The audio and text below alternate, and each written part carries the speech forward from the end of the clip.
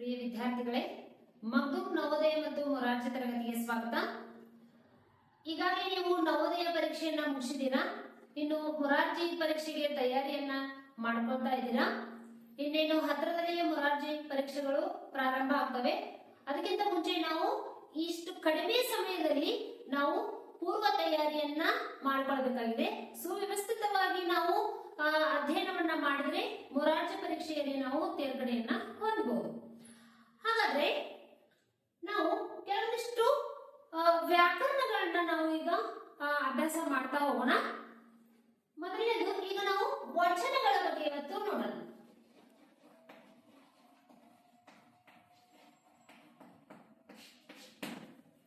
ಮೊರಾರ್ಜಿ ಪರೀಕ್ಷೆಯಲ್ಲಿ ವ್ಯಾಕರಣ ಕೂಡ ಅಷ್ಟೇ ಪ್ರಮುಖ ಪಾತ್ರವನ್ನ ವಹಿಸ್ತದೆ. ವಚನಗಳಲ್ಲಿ ಎರಡು ರೀತಿಯ ಪ್ರಕಾರಗಳು. ಮೊದಲನೇದು ಏಕವಚನ,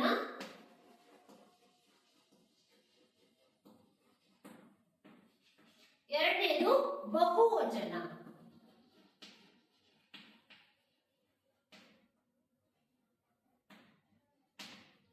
ಹಾಗಾದ್ರೆ ಏಕವಚನ ಅಂದ್ರೆ ಏನು, ಬಹುವಚನ ಅಂದ್ರೆ ಏನು ಅನ್ನೋದನ್ನ ನಾವಿವತ್ತ ನೋಡೋಣ.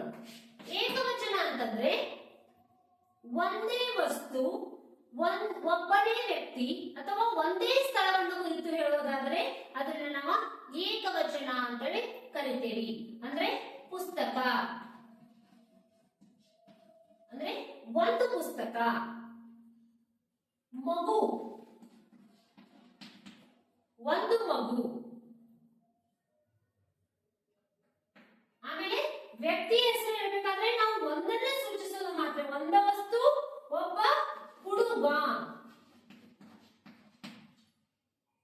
ಹೀಗೆ ನಾವು ಒಂದೇ ಒಂದು ವಸ್ತು, ಒಂದು ಸ್ಥಳದ ಹೆಸರು ಅಥವಾ ಒಬ್ಬ ವ್ಯಕ್ತಿ ಹೆಸರನ್ನ ಸೂಚಿಸಿದ್ರೆ ನಾವು ಅದನ್ನ ಏಕವಚನ ಅಂತೇಳಿ ಕರಿತೀವಿ. ಇನ್ನು ಬಹುವಚನ ಅಂದ್ರೆ ಎರಡು ಅಥವಾ ಎರಡಕ್ಕಿಂತ ಹೆಚ್ಚು ವಸ್ತು, ಎರಡು ಅಥವಾ ಎರಡಕ್ಕಿಂತ ಹೆಚ್ಚು ವ್ಯಕ್ತಿಗಳು, ಎರಡು ಅಥವಾ ಎರಡಕ್ಕಿಂತ ಹೆಚ್ಚು ಸ್ಥಳಗಳ ಬಗ್ಗೆ ನಾವು ಸೂಚಿಸಿದ್ರೆ ಅದನ್ನ ನಾವು ಬಹುವಚನ ಅಂತೇಳಿ ಕರಿತೀವಿ. ಅಂದ್ರೆ ಪುಸ್ತಕ, ಪುಸ್ತಕಗಳು. ಪುಸ್ತಕಗಳು ಅಂದ್ರೆ ಇಲ್ಲಿ ಒಂದೇ ಪುಸ್ತಕ ಇರೋದಿಲ್ಲ, ಎರಡು ಇರಬಹುದು, 4 ಇರಬಹುದು, 10 ಇರಬಹುದು, 15 ಇರಬಹುದು, ಎಷ್ಟೇ ಪುಸ್ತಕಗಳು ಇರಬಹುದು. ಅದನ್ನ ಒಟ್ಟಾರೆಯಾಗಿ ಪುಸ್ತಕಗಳು ಅಂತೇಳಿ ಕರಿತೀವಿ. ಇಲ್ಲಿ ಮಗು, ಮಗುವಿನ ಬಹುವಚನ ರೂಪ ಮಕ್ಕಳು.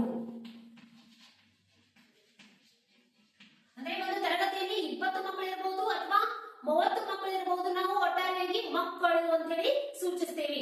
ಆದ್ರೆ ಒಂದೇ ಒಂದು ಮಗು ಇದ್ರೆ ನಾವು ಅದನ್ನ ಮಗು ಅಂತೇವಿ, ಹೊರತಾಗಿ ಮಕ್ಕಳು ಅಂತ ಹೇಳೋದಿಲ್ಲ. ನೆಕ್ಸ್ಟ್ ಹುಡುಗ. ಇಲ್ಲಿ ಹುಡುಗ ಅನ್ನೋದು ಒಬ್ಬನೇ ಒಬ್ಬ ಹುಡುಗ ಇದ್ರೆ ನಾವು ಅದನ್ನ ಹುಡುಗ ಅಂತೇಳಿ ಕರಿತೀವಿ. ಆದ್ರೆ ಒಂದಕ್ಕಿಂತ ಹೆಚ್ಚು ಅಥವಾ ಎರಡು ಅಥವಾ ಎರಡಕ್ಕಿಂತ ಹೆಚ್ಚು ಇಬ್ಬರು ಹುಡುಗರು ಅಥವಾ ಒಂದು 5 ರಿಂದ 6 ಜನ ಹುಡುಗರು ಗುಂಪು ಇದ್ರೆ ನಾವು ಅದನ್ನ ಹುಡುಗರು ಅಂತೇಳಿ ಕರಿತೀವಿ, ಹುಡುಗರು ಅಂತೇಳಿ ಸೂಚಿಸ್ತೇವೆ. ಈ ರೀತಿಯಾಗಿ ಏಕವಚನ ಮತ್ತು ಬಹುವಚನಗಳನ್ನ ನಾವು ಬರೀಬೇಕಾಗ್ತದೆ. ಇದರಲ್ಲಿ ಯಾವ ಯಾವ ಪ್ರತ್ಯಯಗಳನ್ನ ಸೇರಿಸಿದ್ರೆ ಏಕವಚನ ಮತ್ತು ಬಹುವಚನಗಳು ಆಗ್ತವೆ ಅಂತ ನೋಡೋಣ. ಇಲ್ಲಿ ಒಟ್ಟಾರೆಯಾಗಿ 4 ಪ್ರತ್ಯಯಗಳನ್ನ ಸೇರಿಸಿ ನಾವು ಏಕವಚನದಿಂದ ಬಹುವಚನ ರೂಪಕ್ಕೆ ಶಬ್ದಗಳನ್ನ ಬರಿತೀವಿ. ಮೊದಲನೇದು ಗಳು. ಗಳು ಅಂತಕ್ಕಂತಹ ಪ್ರತ್ಯಯವನ್ನ ಸೇರಿಸೋದ್ರಿಂದ ನಾವು ಏಕವಚನದಲ್ಲಿರುವ ಶಬ್ದವನ್ನ ಬಹುವಚನಕ್ಕೆ ಬರಿತೇವೆ. ಅಂದ್ರೆ ಫಾರ್ ಎಕ್ಸಾಂಪಲ್, ಈಗ ಪೆನ್ನು, ಇಲ್ಲಿ ನಾವು ಗಳು ಎಂಬ ಪ್ರತ್ಯಯವನ್ನ ಬಳಸ್ತಾ ಇದ್ದೀವಿ. ಪೆನ್ನುಗಳು.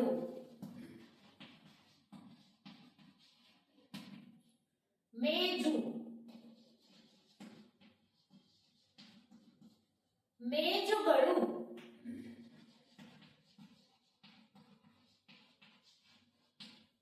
ಬಾಗಿಲು, ಬಾಗಿಲುಗಳು.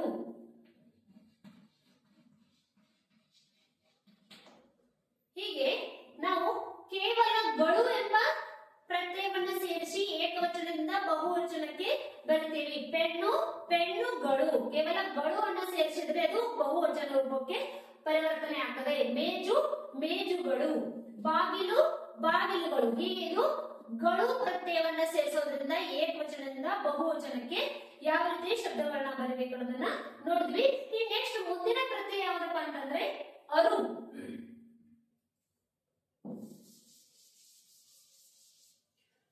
ಅರು ಅಂತಕ್ಕಂತಹ ಪ್ರತ್ಯಯವನ್ನ ಸೇರಿಸೋದ್ರಿಂದ ಯಾವ ರೀತಿ ನಾವು ಶಬ್ದಗಳನ್ನ ಏಕವಚನದಿಂದ ಬಹುವಚನಕ್ಕೆ ಬರಿಬೇಕು ಅನ್ನೋದನ್ನ ನೋಡೋಣ.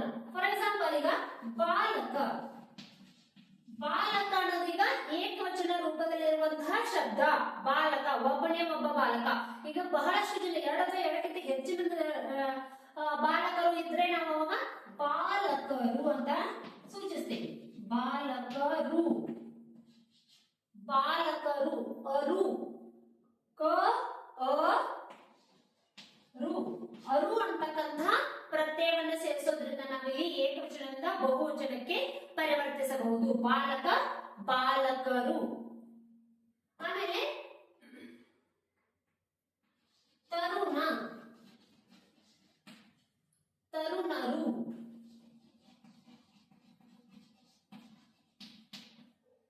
ಸೇವಕ,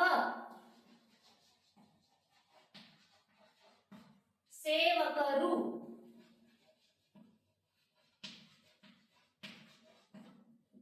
ಗೆಳೆಯ, ಗೆಳೆಯರು.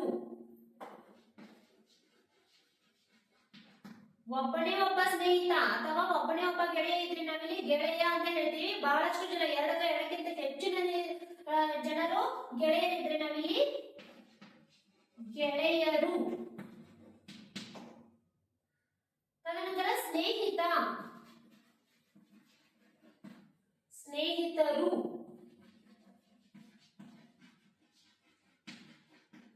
ನೋಡಿ ಮಕ್ಕಳೇ, ಈ ರೀತಿ ಅರು ಅಂತಕ್ಕಂತಹ ಪ್ರತ್ಯಯವನ್ನ ಸೇರಿಸೋದ್ರಿಂದ ಬಾಲಕ, ಬಾಲಕರು. ತರುಣ, ತರುಣರು. ಸೇವಕ, ಸೇವಕರು. ಗೆಳೆಯ, ಗೆಳೆಯರು.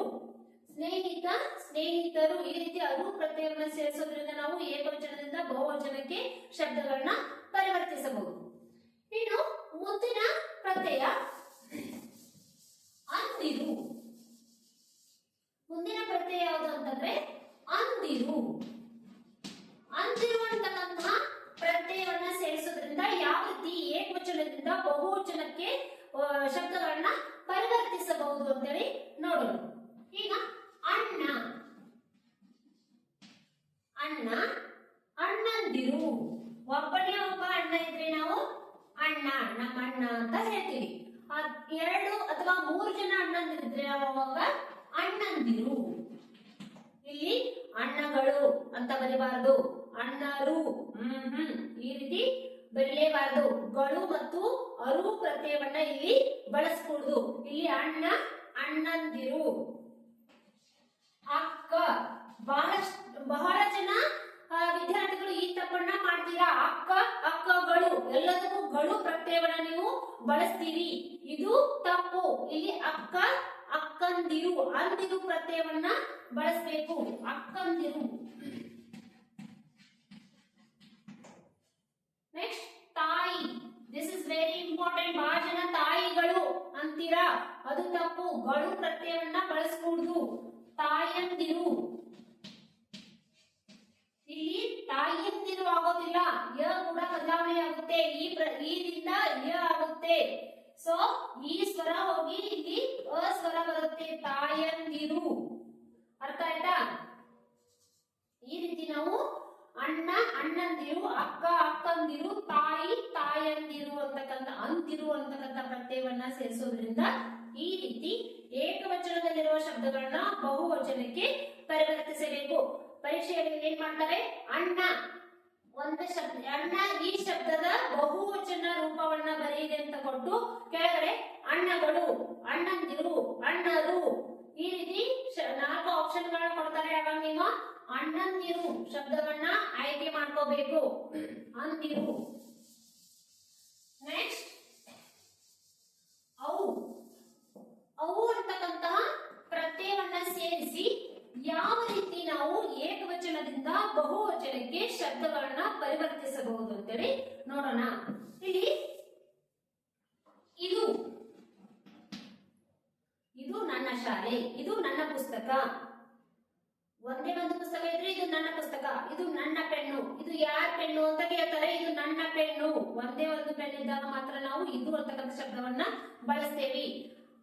ಇಲ್ಲಿ ಇದು ಶಬ್ದದಿಂದ ಇದನ್ನ ನಾವು ಬಹುವಚನಕ್ಕೆ ಯಾವ ರೀತಿ ಬಳಸಬೇಕು ಅಂದ್ರೆ ಅವು ಪ್ರತ್ಯಯವನ್ನ ಸೇರಿಸಬೇಕು. ಅಂದ್ರೆ ಇಲ್ಲಿ ಇವು ದು ಬದಲಾಗಿ ಊ ಶಬ್ದವನ್ನ ಅಥವಾ ಊ ಪ್ರತ್ಯಯವನ್ನ ಸೇರಿಸೋದ್ರಿಂದ ಅವು ಪ್ರತ್ಯಯವನ್ನ ಸೇರಿಸೋದ್ರಿಂದ ಇದು ಇವು. ತದನಂತರ ಅದು ಅವು. ನೆಕ್ಸ್ಟ್ ಚಿಕ್ಕದು. ಒಂದೇ ಒಂದು ವಸ್ತು ಚಿಕ್ಕದಾಗಿದ್ರೆ ನಾವು ಅದನ್ನ ಚಿಕ್ಕದು ಅಂತ ಹೇಳ್ತೀವಿ. ಅಥವಾ ಎರಡಕ್ಕಿಂತ ಹೆಚ್ಚು ವಸ್ತುಗಳಿದ್ರೆ ಚಿಕ್ಕವು ಅಂತ ಅವು ಅಂತಕ್ಕಂಥ ಪ್ರತ್ಯಯವನ್ನ ಸೇರಿಸಬೇಕು. ಚಿಕ್ಕವು. ತದನಂತರ ದೊಡ್ಡದು.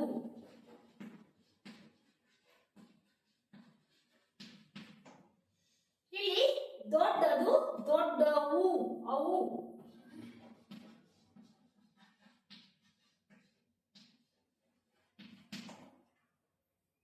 ಅರ್ಥ ಆಯ್ತಾ ಮಕ್ಕಳೇ?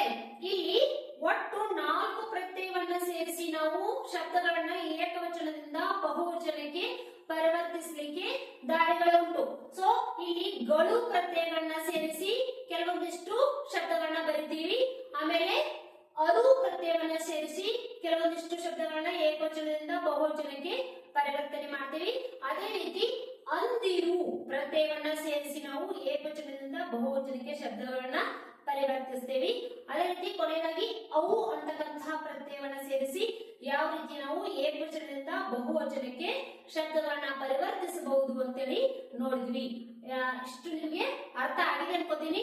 ಇನ್ನು ಕೆಲವೊಂದಿಷ್ಟು ಶಬ್ದಗಳನ್ನ ನಿಮಗೆ ಗೊತ್ತಿರುವ ಶಬ್ದಗಳನ್ನ ಅಥವಾ ನಿಮ್ಮ ಪುಸ್ತಕದಲ್ಲಿರುವ ಶಬ್ದಗಳನ್ನ ಹುಡುಕಿ ಈ ರೀತಿ ನಾವು ಲಿಸ್ಟ್ ಮಾಡಬೇಕು. ಈ ರೀತಿ ಪಟ್ಟಿಯನ್ನ ತಯಾರಿಸೋದ್ರಿಂದ ಈ 4 ಪ್ರತ್ಯಯಗಳನ್ನ ಬಳಸಿಕೊಂಡು 10 ಶಬ್ದಗಳನ್ನ ಬರಿತಾ ಹೋಗಿ ಅವಾಗ ನಿಮ್ಗೆ ಸಂಪೂರ್ಣವಾಗಿ ಯಾವ ರೀತಿ ಏಕವಚನದಿಂದ ಬಹುವಚನಗಳನ್ನ ಬರಿಬೇಕು ಅಂತ ಯಾವುದೇ ಶಬ್ದವನ್ನ ಕೊಟ್ಟರೂ ಸಹಿತ ನೀವು ಕ್ಷಣಾರ್ಧದಲ್ಲೇ ಆ ಶಬ್ದದ ಬಹುವಚನ ರೂಪವನ್ನ ಬರೆಯಲಿಕ್ಕೆ ತಯಾರಿ ಆಗ್ತೀರಾ.